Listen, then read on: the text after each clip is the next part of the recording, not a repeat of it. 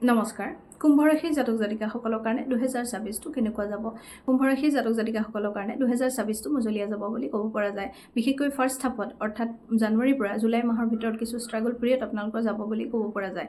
এই মাহত আপোনালোকে হয়তো ইম্পালচিভ হৈ কিছু ভুল ডিচিশ্যন ল'ব পাৰে, হয়তো এগ্ৰেছিভ হৈ আপোনালোকৰ মতানৈক্য হ'ব পাৰে, অফিচ কলিগছৰ লগত বা বছৰ লগত আপোনালোকৰ মতানৈক্য হ'ব পাৰে। গতিকে এই ক্ষেত্ৰতো আপোনালোকে সাৱধান থাকিব। লগতে আপোনালোকৰ এনাৰ্জি এই মাহত যদিও বেছি হ'ব, যাতে সেই এনাৰ্জিটো শুদ্ধ পথত আপোনালোকে লগাব পাৰে সেই কথাটোৰ ওপৰত আপোনালোকে গুৰুত্ব দিব। এই মাহত যিমান আপোনালোকে কষ্ট কৰিব সেইমতে হয়তো ফল নাপাব বা ৰিকগনিশ্যন বা এপ্ৰিচিয়েশ্যন আপোনালোকে নাপাব পাৰে। গতিকে এই মাহত আপোনালোকৰ অসন্তুষ্টি থাকিব।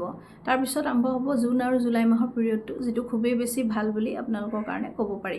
এই সময়ত আপোনালোকৰ জীৱনলৈ অপৰচুনিটি আহিব, এই সময়ত ৰিকগনিশ্যন আপোনালোকে পাব। যদি কাৰোবাৰ প্ৰমোশ্যন বাকী আছিলে তেতিয়াহ'লে সেই প্ৰমোশ্যনো আপোনালোকে পাব পাৰে। যদি প্ৰপাৰ্টি লোৱাৰ কথাও ভাবিছে তেতিয়াহ'লে জুন বা জুলাই মাহতে আপোনালোকে ল'বলৈ সক্ষম হ'ব এই বছৰটোত। আৰু তাৰপিছত আপোনালোকৰ পুনৰ আগষ্টৰ পৰা অলপ প্ৰগ্ৰেছটো শ্ল' ডাউন হ'ব তথা এভাৰেজ থাকিব। আগষ্টৰ পৰা ডিচেম্বৰৰ ভিতৰত আপোনালোকৰ কেৰিয়াৰৰ ক্ষেত্ৰত হওক বা ফাইনেন্সৰ ক্ষেত্ৰত এভাৰেজ থাকিব বুলি ক'ব পৰা যায়। গোটেই বছৰটোতে আপোনালোকৰ হয়তো লাইফ পাৰ্টনাৰৰ লগত কিছু ষ্ট্ৰাগল আপোনালোকৰ থাকিব, মাজে মাজে মতানৈক্যও হ'ব পাৰে তেওঁলোকৰ লগত, হয়তো আপোনাৰ পাৰ্টনাৰে আপোনাক ডিছৰেচপেক্টটো কৰিব পাৰে। গতিকে আপোনালোকে খুবেই সাৱধানে চলিব লাগিব।